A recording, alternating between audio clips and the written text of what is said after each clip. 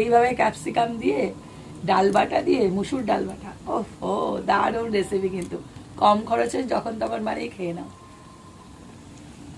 আজকে তোমাদের সাথে মুসুর ডালে একটা দারুণ পকোড়া শেয়ার করবো, পুরো আলাদা, মনে হয় তোমরা কোনোদিনও খাওনি, একদম আলাদা, তোমরা দেখলেই বুঝতে পারবে। তো তাড়াতাড়ি করে চলো শুরু করে দিই। এরকম একটা মিক্সি জার নিয়ে নিয়েছি, আর এখানে ভেজানো মুসুর ডাল 2 ঘন্টা আগে ভিজিয়ে নিয়েছি, নিয়ে নিচ্ছি জলটা ঝরিয়ে পুরোপুরি, দিয়েছি 2টো কাঁচা লঙ্কা এবার ভেঙে, আর দিয়ে দিচ্ছি ক্যাপসিকাম কুচি। এবার এটাকে ব্লেন্ড করে নেব। ডালটাকে এবার একটা পাত্রের মধ্যে নিয়ে নেব। ডাল বাটাটা নেওয়া হয়ে গেছে, এর মধ্যে দিয়েছি একটা সেদ্ধ করা আলু, এইভাবে গ্রেট করে।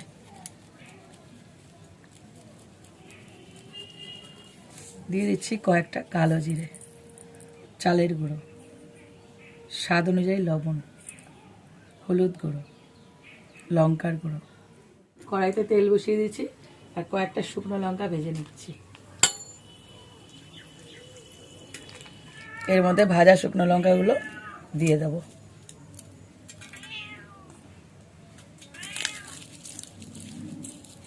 এতে স্বাদ বাড়বে। এবার এটাকে মাখবো।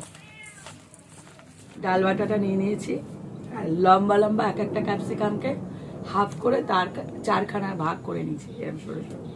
এবার একটা একটা করে এভাবে এটাকে কভার করতে হবে ডাল বাটার মধ্যে।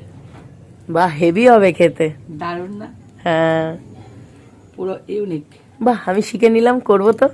হ্যাঁ, এপিট ওপিট দুপিট ভালো করে কভার করে, বেশি মোটা নয়, পাতলা করে করে এইবার এটাকে তেলে দিয়ে দেবো।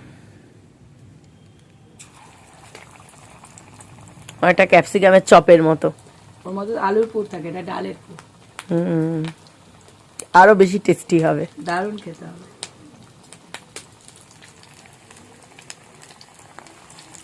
দেখো একদম ক্রিস্পি ক্রিস্পি রেডি হয়ে গেছে, কি দারুণ না?